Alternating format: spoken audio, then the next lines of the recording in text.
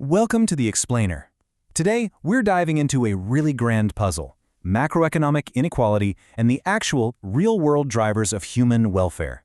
I mean, if you've ever traveled internationally, you've probably noticed the staggering variation in living standards. Why is it that the average income in a rich country is literally 10 times higher than in a poor country? Well, today we are going to break down exactly what causes these massive gaps and figure out how economies actually grow. To kick things off, I want you to imagine something kind of crazy for a second. Are you, sitting right here, right now, actually wealthier than the most affluent person from the past? It sounds like a totally ridiculous question, I know, but thinking about it this way completely reframes how we look at our modern conveniences and how much economic progress we've actually made. Think about John D. Rockefeller, legendary oil entrepreneur, arguably the richest American to ever live. The guy had everything, right?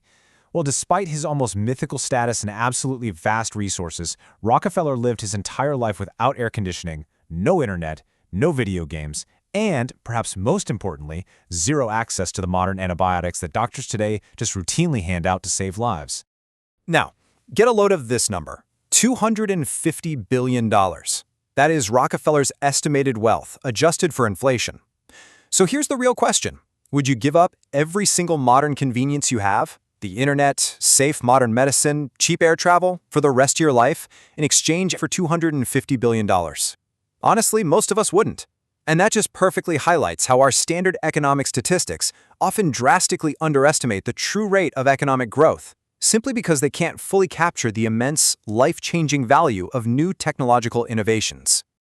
So, here's our roadmap for The Explainer. 1. The global wealth gap. 2. The productivity puzzle. 3. 4 pillars of production. 4. Policies for economic growth. And 5. The population paradox. Let's jump right in. Section 1. The global wealth gap. When you look at historical data, it reveals a wildly vast variety of growth experiences. Take the United States. Historically, its growth has hovered right around 1.78% per year. That might not sound like much, but it means average income roughly doubles every 35 years. But then look at China. Between 1990 and 2017, China just zoomed ahead with a mind-blowing 9% annual growth rate. They increased their average income tenfold in essentially one single generation. On the flip side, though, over that exact same time span, income per person in Zimbabwe actually plummeted by 27%, basically leaving its typical citizens mired in deep poverty. So the big takeaway here: the world's richest countries are definitely not guaranteed to stay on top, and the poorest absolutely aren't doomed to endless poverty.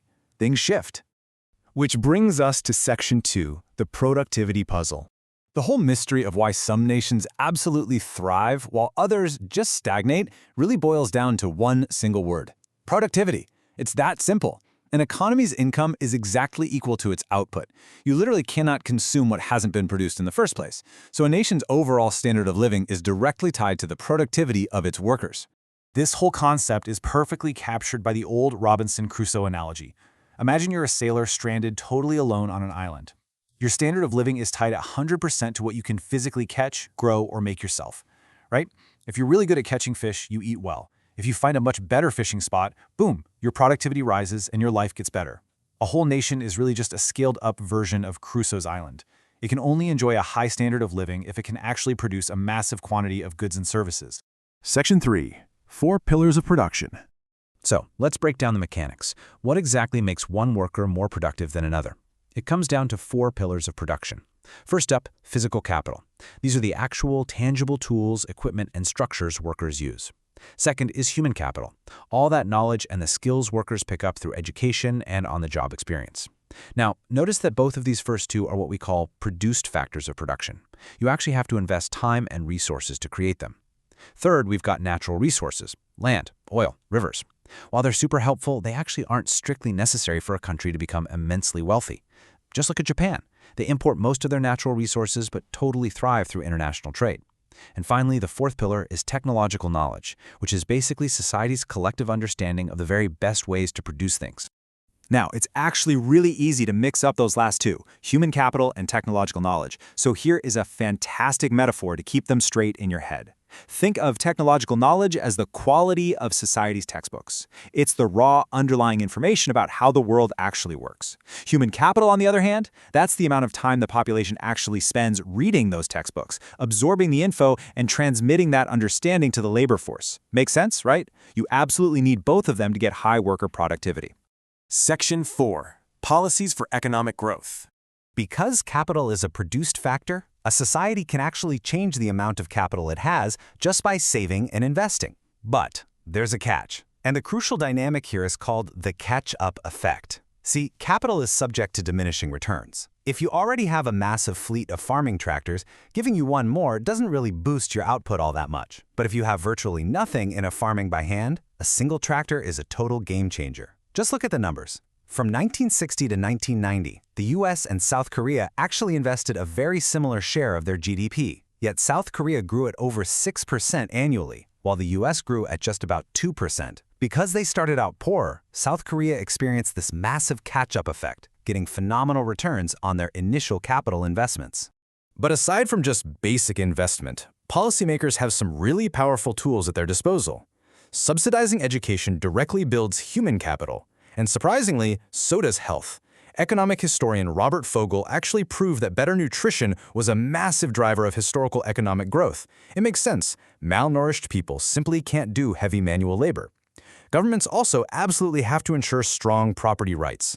Think about it. If a mining company expects its ore is just going to be stolen, they're not going to bother mining it in the first place. Furthermore, outward-oriented free trade policies act exactly like a shiny new technological advance, letting countries easily import what they can't efficiently produce themselves. And finally, encouraging research and development through things like patents gives private inventors a huge financial incentive to create what ultimately becomes public knowledge. Moving on to Section 5, the population paradox. This whole discussion brings us to Thomas Robert Malthus. He was an English minister from the late 1700s, and he offered what is probably history's most chilling, gloomy economic forecast about the future of humanity. Malthus famously warned, quote, "The power of population is infinitely greater than the power in the earth to produce subsistence for man." He basically firmly believed that an ever-growing human population would constantly, inevitably outpace our ability to grow food. In his mind, mankind was just doomed to endlessly live in poverty and starvation. But, spoiler alert, Malthus's dire forecast was entirely wrong. Why? Well, because he completely failed to foresee the explosive, unpredictable power of human ingenuity and technological knowledge. He didn't see things like chemical fertilizers coming, or mechanized tractors, or new, resilient, high-yield crop varieties. All of these meant that a rapidly shrinking number of farmers could suddenly feed vastly more people. Technology completely outpaced population growth. So today, the whole debate around population has kind of shifted away from food and over to capital. It's a two-sided coin. On one hand, extremely rapid population growth, like we're seeing in parts of sub-Saharan Africa, can effectively dilute the capital stock. If you have too many school-age children all at once, your education budget gets spread incredibly thin, which lowers human capital per worker. But, on the other hand, economists like Michael Kremer argued that historically speaking, a larger population actually promotes progress. It's a numbers game. More people simply means more potential scientists, more inventors, and more engineers working to drive the innovations that eventually benefit all of us. So, understanding all these complex pillars of growth naturally leads us to ask one final, big question. What specifically makes the U.S. remain richer than its peer advanced economies, like Germany or France? What exactly is the American secret sauce? Economist Martin Feldstein actually pointed out several highly unique structural advantages. First off, the U.S. has a deeply ingrained entrepreneurial culture with a much lower social penalty for failure, and it's all backed by a massive, extensive venture capital system. It also relies heavily on world-class research universities that overlap directly with cutting-edge tech startups. Plus, its labor markets are generally pretty unimpeded by excessive, heavy-handed regulation, which allows workers and innovative firms to match up and adopt really quickly. And finally, it operates on a decentralized political system. You have 50 individual states fiercely competing with each other to attract businesses and residents by constantly optimizing their taxes and their laws. All these elements just work together constantly to continually build up that all-important productivity. But, as we've seen, the history of economic progress leaves us with a constantly shifting map of global wealth. So, will today's current economic giants manage to maintain the institutions, the strong property rights, and the rapid innovation needed to stay ahead of the pack? Or will that powerful catch-up effect and shifting productivity pillars completely rewrite the global map in our lifetimes? That right there is the ultimate question of economic growth, and the cool part is we're all going to get to watch it unfold. Thanks so much for joining me on this explainer. I'll catch you next time.